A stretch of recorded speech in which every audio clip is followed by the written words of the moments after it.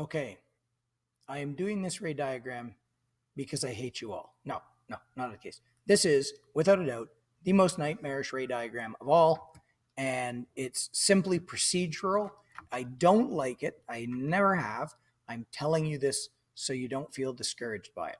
This is the concave lens, hereafter symbolized that way. This sucker scatters light that comes in. It does not let it come to a focus. It throws it out and away. And unfortunately, the only way to do this one is all trick shot.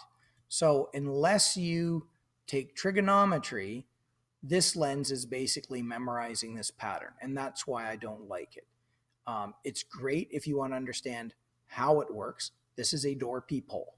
This is the little tiny lens inside an apartment door. But it doesn't really teach you the underlying physics. It just shows you a trick to assemble the image. And that's why I don't really consider these diagrams to be that scientific. They're practical. They're not the reason these things are taking place. But once again, the lenses offer us this lovely opportunity that every lens diagram lets you do that. So at a minimum, you can all achieve that level. Now the problem becomes, what is the next ray we do? When we send a ray into the focus, is it this focus we're going into or that focus? And this is why it's all trick shot, and I don't like it because you're just memorizing this pattern. Think of it this way. If you aimed through this focus, the most common thing people want to do is then come out parallel. But think about it. That was requiring a ray that was heading this way to be converged towards the axis. This lens won't do that. Whatever angle it came in on, it will throw it out even further from the axis. It would go off like this. So it's not the focus we aim at. What we have to do is try to aim at this focus out here. And this is why it's all, like I said, trick shot. We want to send the light towards that focus, but it will never make it there. So the light does not exist in this zone here. It was simply being sent that way. So now you can see my little dotted line. And what happens is the effect of the lens is to scatter it like it's a deflector ray in a movie.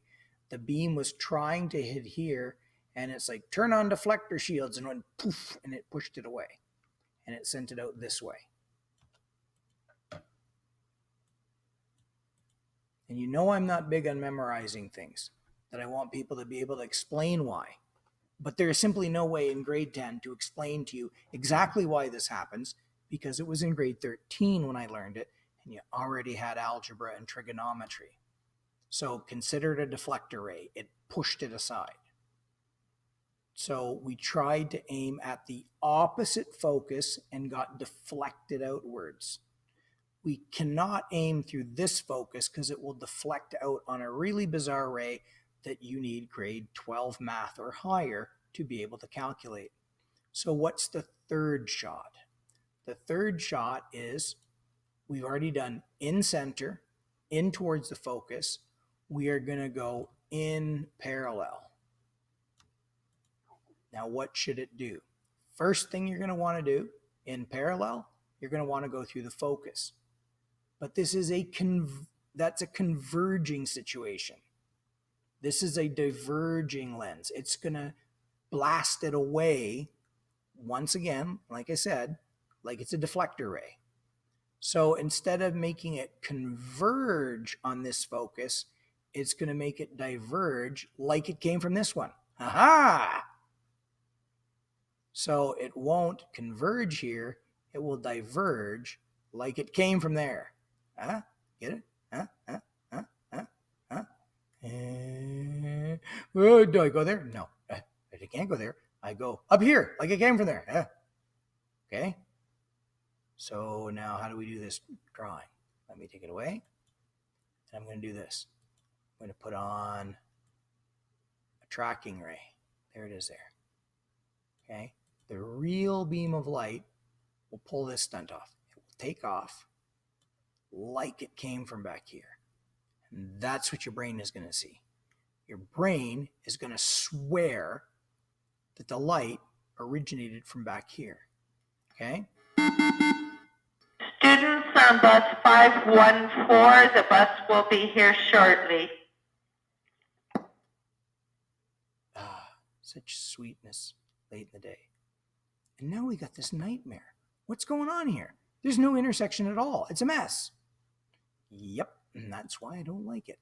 Let's take a little closer look here. What are we seeing here? We are not seeing a nice intersection. This is a beam that left. Your brain swears it saw this beam of light come from back here. Your brain is certain the light seemed to come from back there. Your brain is certain that this black ray seemed to come straight back here. But the blue ray, we haven't backtracked yet. And this is the snack. Like this thing defeats 80% of students. And I'm not saying that to discourage you, but get used to it. It's a horrible diagram. We tried to aim it to the focus and it left parallel. So where do we think we saw it come from? It left this way. So that means our brain thought it came back here. And that's where your brain thought it saw it come from. So here's where the intersection appears to be. Right there, more or less. Now I'm telling you, is that a mess or what? You cannot learn this through the textbook. It just won't work. And look at this nightmare. And it's something you're totally familiar with, a door peephole. Why? Let's go back here. What does a door peephole do? It takes a large object very far away from the lens, and it's turned it into a small, upright object. It's located somewhere on the left side. Let's just say left side of lens. And it's definitely virtual because these beams of light are scattering. But when you look at the textbook, you see my fine little dotted line there. There's this ray, there's a one here. I even took another one out. It's just a nightmare. And if you want to be able to succeed at doing this one, you need to practice it 5 or 6 times in a row. And then 2 months from now, you won't be able to do it. And that's why I don't like this one. But it does show you how a door peephole works. It makes an incredibly tiny version of the person on the other side of the door. And it is the single nastiest diagram in grade 10. And so don't be discouraged if you want to learn how to do this one. That's why you got spare diagrams on here. And I've never found a shorter way of teaching this.